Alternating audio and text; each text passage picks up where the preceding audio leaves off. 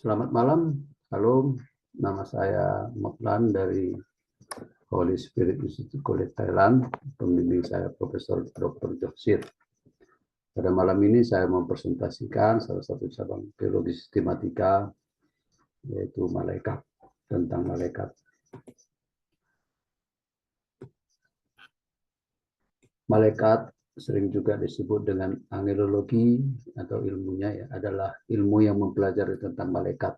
Pengetahuan ini memberikan kita gambaran yang jelas agar tidak salah dalam memahami tentang malaikat itu sendiri. Angelologi juga merupakan ilmu yang mempelajari bagaimana kaitan malaikat dengan manusia, termasuk bagaimana mereka melayani kehendak Allah. Malaikat adalah makhluk yang berbeda dari manusia. Malaikat tidak akan pernah menjadi dan tidak pernah berasal dari manusia sebab dia diciptakan Allah secara khusus. Alkitab tidak menyatakan soal jenis kelamin malaikat, yang walaupun Alkitab menyatakan nama-nama seperti berjenis kelamin laki-laki.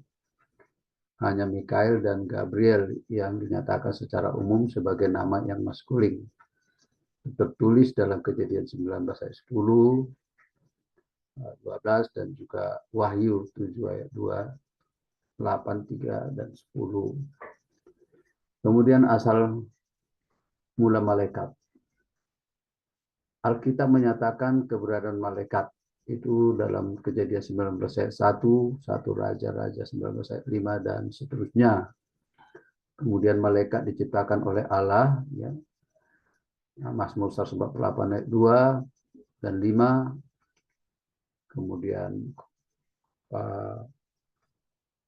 Yezekiel 28 ayat 13 sampai 25 dan seterusnya.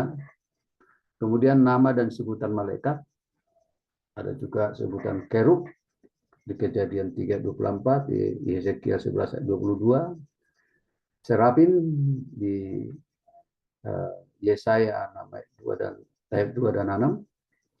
Kemudian juga orang kudus, Mazmur 89 ayat 5 sampai 7, Daniel 4:13. Kemudian tentara surgawi, 1 Raja 22 19, Wahyu 19 ayat 14. Kemudian juga roh-roh yang melayani, Ibrani 1 ayat 14. Kemudian tempat tinggal malaikat disebut utusan surgawi dan mereka tinggal di surga, Matius 22 ayat 30. Setelah menyelesaikan tugasnya, mereka kembali ke surga, Lukas 2 13 sampai 15. Segenap jemaat surgawi berdiri di sisi kiri dan kanan Tuhan, 1 Raja-Raja 22 19, Daniel 7 ayat 10. Mereka diutus ke segala tempat, Mazmur 34 ayat 7. Kemudian hierarki malaikat. Satu jumlah malaikat disebutkan tidak dapat dihitung. Daniel 7 ayat 10, Ulangan 33 2, Ibrani 12:22, dan Wahyu 5 ayat 11. Kemudian dua tingkatan malaikat. Malaikat adalah Mikael, yang tertinggi adalah penghulu malaikat. Itu tertulis dalam Daniel 12 ayat 1, 1 Tesalonika 4 ayat 16.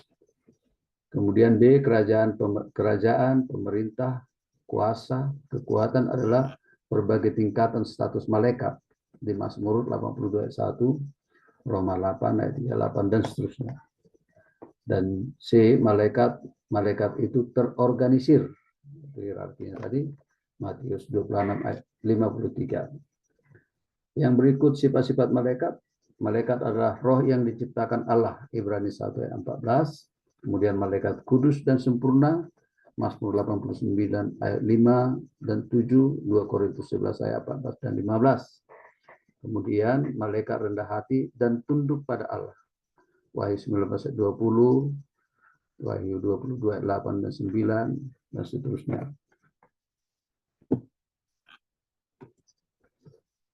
Pekerjaan malaikat. Satu, malaikat melayani Allah di surga, Wahyu 5 ayat 11 dan 13, dan Daniel 7 ayat 9 dan 10.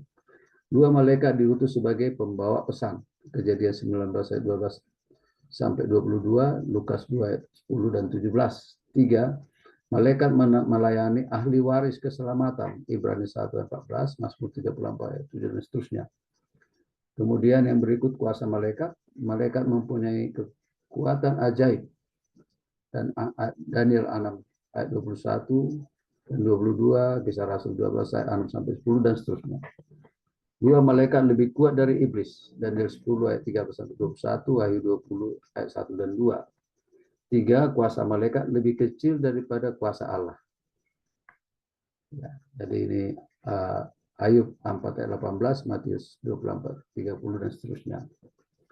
Yang berikut perbandingan antara malaikat dan manusia. Malaikat adalah hamba Allah. Ibrani 1 ayat 5 dan 14, sedangkan manusia adalah anak-anak Allah. Lukas 3 ayat 18 dan 1 Yohanes 3 ayat 1. 2, malaikat tidak menikah. Matius 22 ayat 30, manusia menikah. Kejadian 1 ayat 28. 3, malaikat dapat berbuat dosa tapi tidak diampuni. 2 Petrus 2 ayat 4. Begitu juga manusia sesungguhnya tidak boleh berbuat dosa, namun Allah mengampuni manusia melalui kematian Yesus Kristus. Ibrani 12 ayat 23 dan Wahyu 12. Kemudian kesimpulan, 1, angelologi adalah bahagian dari teologi sistematika yang mempelajari tentang malaikat. 2, ilmu ini memberikan pemahaman yang benar tentang keberadaan malaikat sehingga kita tidak disesatkan oleh pandangan lain. 3, malaikat itu diciptakan secara khusus yang berbeda dengan penciptaan manusia. 4, malaikat mempunyai nama-nama yang berbeda sesuai dengan tugas yang diemban kepadanya mereka. 5, malaikat itu diciptakan untuk melayani Allah dan manusia. Kemudian pandangan saya, 1, malaikat itu hanya diciptakan untuk melayani Allah dan manusia, maka tidak boleh disembah. 2, saya bersyukur pada Tuhan karena malaikat itu diciptakan untuk menjaga orang kudus. Demikian yang paparan saya secara singkat, dan ini berbagai referensi yang saya pakai. Salam, selamat malam, Tuhan berkati.